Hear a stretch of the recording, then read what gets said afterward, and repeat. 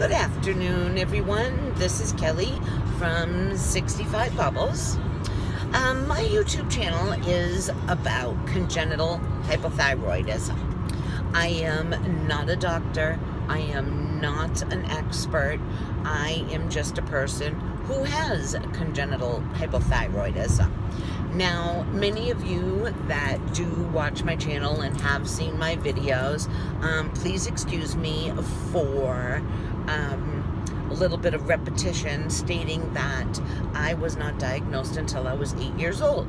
There are people that are new, and sometimes I do think it's important that they realize that when they are the parents or loved one, grandparents, aunt, uncle, or even a person that has the congenital hypothyroidism, that I wasn't diagnosed until I was 8 years old, especially for the parents because of newborns and little ones. I watch and read a lot of the posts that go on the different hypothyroidism support pages, and my heart breaks to see how worried and how upset some of the parents are that their child may not be as developed as what they should be. But by whose standards? I mean, whether the child has congenital hypothyroidism or not, every child develops as individually as what they are. Yes, it can have something to do with it. Some children potty train at 2. Some children refuse to potty train until they're 3.5. It's as individual as when they learn to walk and talk. But I'm not going to blow any sunshines up your skirts. No, I don't do that. I tell it as it is. I myself, because I wasn't diagnosed until I was 8 years old, I have had a lot of developmental delays. But as you can see, I am driving the car. I went to school. I graduated high school. Okay, it was a challenge. I can't say that it wasn't with a lot of assistance written on a teeny tiny little piece of paper, because I just couldn't remember any of it. I would study for hours, couldn't get it. So despite what some people say, it wasn't just laziness. It wasn't just being stupid on purpose. I could not do a lot of the things or grasp things as quickly as everyone else. I couldn't do it. I tried. I would try all these different ways that would help me get through different tasks at school, never mind trying to undo one of those locker combinations as time went by. I never locked it. I couldn't lock it because I couldn't get it unlocked, and then I'd be late for class. But no one ever stole my egg salad sandwich. Wonder why. But I am okay. I have had 2 children. They're grown adults now. I do drive. I did graduate college, as I said. I've had to learn different tricks as survival mode to get through things. Getting my driver's license took me 3 times. I have been a real estate agent for 25 years now. It took me 3 times. We all have our strong points, again, whether we have congenital hypothyroidism or not. But I'm not saying that I can promise you that they're going to be great or what their developmental delays or strong points would be. Please, please, please, you want to help them. You want to encourage them.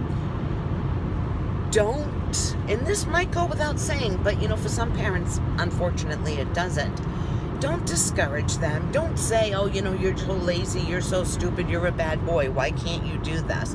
Don't compare them to siblings if they have them, because with that now comes poor self-esteem in the belief that they can't do it. So it's a double jeopardy. You know what? Continuously have them tested. Get their eyes tested. I've been in glasses since I was in the first grade. Get their hearing tested. Sometimes I can hear you great. Sometimes I can't. Loud noises, they hurt. Like, I cannot still to this day go to the fireworks. I love watching them, but the sound of fireworks, motorcycles, fire trucks, anything sudden and loud, it's almost painful. Over the course of time, I have been talking to more and more parents of congenital hypothyroidism, and I think it's so wonderful that they are taking the time, that we have the advantages of social media now, which were not there when I was little. Mine was not found until I was 8, because they didn't even do the testing back in the 60s. So, you know, and all they said was, take your medicine and you'll be fine. Well, that's not true.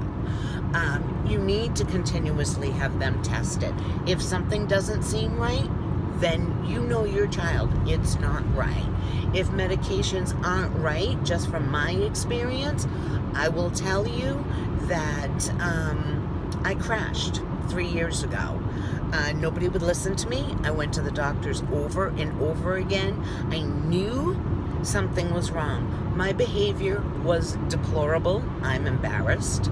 I could not get out of bed. When I got out of bed, I was ready to go back to bed after I had a shower. My back, my hips, my moods, everything. Constipation, like, you know, I did my last video on constipation. You needed a rocket blaster for me to go to the bathroom. But you know, your babies will be fine for the most part. Again, no guarantees. I'm not a doctor. I guess my point being, mine wasn't found until I was 8, and I have made it so much farther than what anybody ever thought I would. And I'm not a quitter. Don't let them quit. Believe in them, support them, hug them. And if it doesn't seem right, it's not right. Make sure that these children and yourselves are having a full screening, not just TSH. Babies are from heaven, and we're all individuals. Just love them. Love them, love them every day. Being unique is not bad. And that's what I'd like to refer it to. Unique. I'm awkwardly cool. Anyways, this has been long enough. I hope everyone that I've been speaking to, and anyone that I haven't, always, please feel free to share this. And I'm always available for questions, comments, anything else. Again, this is Kelly with 65 Bubbles, and it would be fantastic if I could get my channel to grow a little bit, so you can subscribe, like, comment, and I would be forever grateful. Thank you. Bye-bye.